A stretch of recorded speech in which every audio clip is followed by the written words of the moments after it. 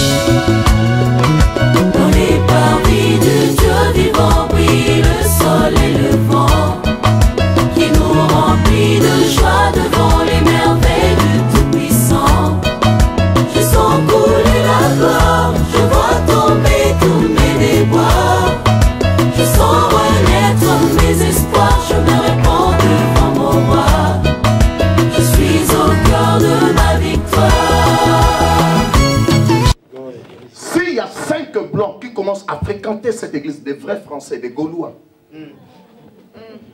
S'ils sont là dans la salle, le fait seulement de le voir chaque dimanche, s'il vous plaît, évangéliste, faire ça. Oh, chérie, il fait chaud. Oh, je ne peux pas supporter ça. Il faut dire au pasteur, qu'est-ce qu'il faut faire? Si le pasteur l'entend, hein, vous tous vous serez sous la clim. Parce que nous voulons protéger le blanc pour qu'il ne fuit pas. Vous savez, qu'est-ce qui va changer? Ce n'est pas ce qu'ils disent, mais c'est leur ADN les oblige. Et notre climat. Alléluia. Ok? Mais je peux continuer. Alors Dieu ne veut pas faire beaucoup de travail. Il veut prendre quelqu'un qui est déjà préparé pour qu'il accède à la grandeur. Moi, je fais la pédagogie. Dans la pédagogie, on dit, donne l'enseignement à la personne qui est prête. Yes. Pour mieux avancer. Que de prendre la personne qui n'a rien, tu auras de recul. Dieu ne veut pas avoir de recul. Voilà pourquoi il veut que quelqu'un soit déjà préparé. Voilà pourquoi la position décisive dans la Bible a été toujours sois debout. Alléluia. Amen. Ok. Amen. Amen. Il dit, choisis-nous ceux qui viennent de la famille noble. Car le temps était limité. La bénédiction court à la même vitesse que le temps. Voilà pourquoi certaines bénédictions, si tu as échappé le temps t'échappe, sache-le que ça ne reviendra plus.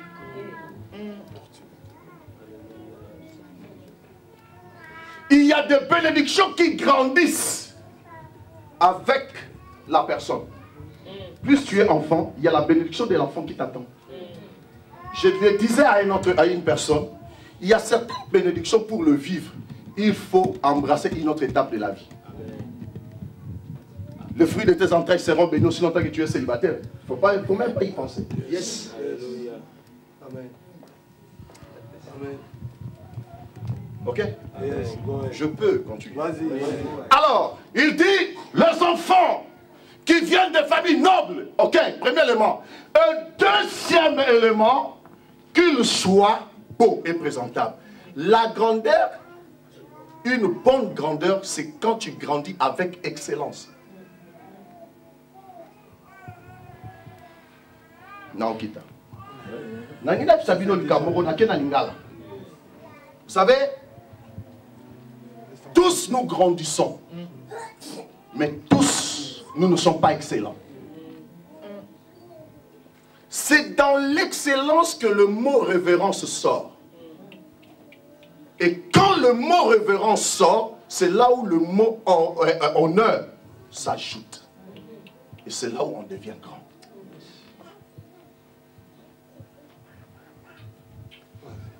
C'est ça, révérend. Amen. Merci. Amen. Donc, je reviens. Je voulais dire ceci. Il a dit des personnes qui sont beaux, élégants, sages. C'est-à-dire des personnes qui grandissent avec excellence. Libala mususu et qui marront parce que tu n'es pas excellente. Alléluia. parce que tu ne sais, tu n'as pas le protocole. Tu viens toujours en retard, tu ne sais pas répondre au téléphone, tu ne sais pas manger, tu ne sais pas t'habiller, tu ne sais pas parler. Ça échappe. Yes, come on. Yes. Trop fort. Voilà pourquoi dans la Bible, personne ne va s'égaler à Salomon. Salomon, ce qui a fait de sa renommée, ce n'était pas la sagesse, c'était l'excellence. Vous allez me dire, pasteur, tu mens. Oui, laissez-moi vous le dire. Notre ancêtre, la reine d'Éthiopie, a effectué un long voyage parce qu'elle avait entendu parler de Salomon. Quand elle est arrivée dans la maison de Salomon, ce qu'elle a observé, ce n'était pas la sagesse. Comment Salomon est organisé dans son palais royal. Aucun roi dans la Bible et dans ce monde ne sera comme Salomon dans l'excellence. Soit l'ibanga ya Yesu, mon côté le roi Salomon. C'est quoi mon ton sous?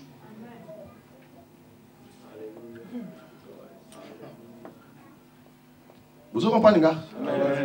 C'est pour cela, une personne qui parle bien, une personne qui est organisée, une personne qui est ponctuelle, une personne qui est présentable, accède. Voilà pourquoi on a aimé David quand on a vu sa figure. Je ferme la parenthèse. Je prends une autre. Et troisième élément, la Bible dit pour qu'il soit au service du roi. Ce n'est pas n'importe qui peut servir le roi. Ce n'est pas n'importe qui peut représenter Dieu sur la terre. Voilà pourquoi Jésus a dit les choses des enfants. On ne peut pas les donner parce que le païen, après la guérison, il va se diriger vers le mal. Dieu a pris son peuple à préparer pendant beaucoup de temps. Vous savez pourquoi? Ce n'était pas pour que le peuple soit seulement fidèle à Dieu, mais c'est pour que le peuple puisse rendre un bon culte devant Dieu. C'est le service. Ça va, François? J'exagère? Non. Merci. Je ferme. C'est ça le ABC de la grandeur. Avoir l'ADN. Deuxièmement, grandir avec excellence. Et troisièmement, être au service du roi. Ok? Amen. Si tu veux être au service du roi, passe par l'ABC de la grandeur. Dis à ton prochain, ABC de la grandeur. ABC de la grandeur. Dis à son prochain, ABC de la grandeur. ABC de la grandeur. Que le Seigneur vous bénisse. Amen. Continuons. Et maintenant, bien-aimés, vous allez comprendre que la grandeur fait partie du principe de l'existence. Ce n'est pas de la théologie, c'est de la parole. La grandeur est attribuée à l'inexistence. Parce que toute existence est appelée à se développer, à grandir. Mais là où il n'y a pas l'existence, c'est qu'il n'y a pas la vie. Tu existes pour la grandeur, dites amen. Amen. Je n'entends rien. Tu existes pour la grandeur, dites amen. Tu existes pour la grandeur, dites amen. Je te laisse en vie pour la grandeur, dites amen. Oh! Dans chaque existence, il y a chaque espèce. Là-bas, espèce, il y a des arabes. Mon espèce est rare. Mon espèce est rare. Mon espèce est rare. C'est unique. Yes. Vous n'êtes pas connecté. Hein? On est connecté. Tout ce que Dieu a créé grandit. Même la pierre grandit. N'est-ce pas, révérend? Même la pierre grandit. Donc, la grandeur est attribuée à toute existence, à chaque existence. Tu existes pour devenir grand. Amen. Miles Monroe, que je respecte beaucoup, a dit, dans chaque fillette, il y a une maman. Dans chaque garçon, il y a un papa. Dans chaque graine, il y a un arbre. Ce qui est bizarre, c'est de voir une fillette mourir. Une maman mourir dans une fillette. Ce qui est bizarre, c'est de voir un papa mourir dans un garçon. Oh, écoutez-moi bien. Ce qui est bizarre, c'est de voir un projet mourir dans un cerveau. Ce qui est bizarre, c'est de voir un riche mourir comme un pauvre. Ce qui est bizarre, c'est de voir un chrétien échouer comme un païen. Ce qui est bizarre, c'est de voir un croyant pleurer comme un païen. Qu'est-ce qui est encore bizarre? Qu'est-ce qui est encore bizarre? Vas-y! Je m'arrête là. Alléluia. C'est ça ce qui est bizarre. Ce qui est bizarre, c'est de voir un universitaire en Koumapouche. Ce qui est bizarre, mes frères, c'est de voir une belle fille faire la prostitution. Alléluia. Ce qui est bizarre. Oh, que voulez-vous que je vous dise?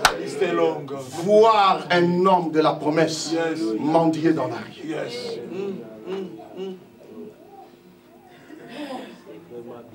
Ce qui est bizarre. C'est ça le bizarre. Pourtant, le terminus de chaque existence a un nom, la grandeur. Ok. Amen. Maintenant, passons aux 3 clés de la grandeur. Psaume chapitre 2, verset 6 au verset 8. Anciennement, il faut me dire à quelle heure je vais m'arrêter. Psaume chapitre 2, verset 6 au verset 8. Psaume chapitre 8, verset 5 au verset 10. Ces 2 passages bibliques, nous allons les lire et passer aux 3 étapes de la grandeur. Qu'est-ce que la Bible dit dans Psaume? Nous lisons la parole de Dieu dans le livre de Psaume chapitre 2, versets 6 à 8. Merci. Je lis au nom de Jésus. Amen. C'est moi qui ai oint mon roi sur Sion, Oui. ma montagne sainte. Oui. Je publierai le décret. L'Éternel m'a dit, tu es mon fils. Je t'ai engendré aujourd'hui. Demande-moi et je te donnerai les nations pour héritage, les extrémités de la terre pour possession. Amen. Le verset chapitre 8, 5 au verset 10. Chapitre 8, verset 10. Verset 5 au Verset verset 5 au verset 10. Oui. Je lis au nom de Jésus. Amen. Qu'est-ce que l'homme pour que tu te souviennes de lui? Et le Fils de l'homme pour que tu prennes garde à lui? Tu l'as fait de peu inférieur aux anges, et tu l'as couronné de gloire et de magnificence. Tu lui as donné la domination sur les œuvres de tes mains. Tu as tout mis sous ses pieds, les brebis comme les bœufs, et les animaux des champs, les oiseaux du ciel et les poissons de la mer, tout ce qui parcourt les sentiers de mer. Éternel Seigneur, notre Seigneur, que ton nom est magnifique sur toute la terre. Amen. C'est la parole du Seigneur. Dans ce passage messianique, la Bible dit dans le verset 6, comme nous venons de le dire, c'est moi qui oins mon roi sur Sion, ma montagne sainte. Je publierai le décret. L'Éternel m'a dit, tu es mon fils. Il a dit quoi? Tu es mon fils. Je t'ai engendré aujourd'hui. Demande-moi et je te donnerai les nations pour héritage, les extrémités de la terre pour possession. On s'arrête là.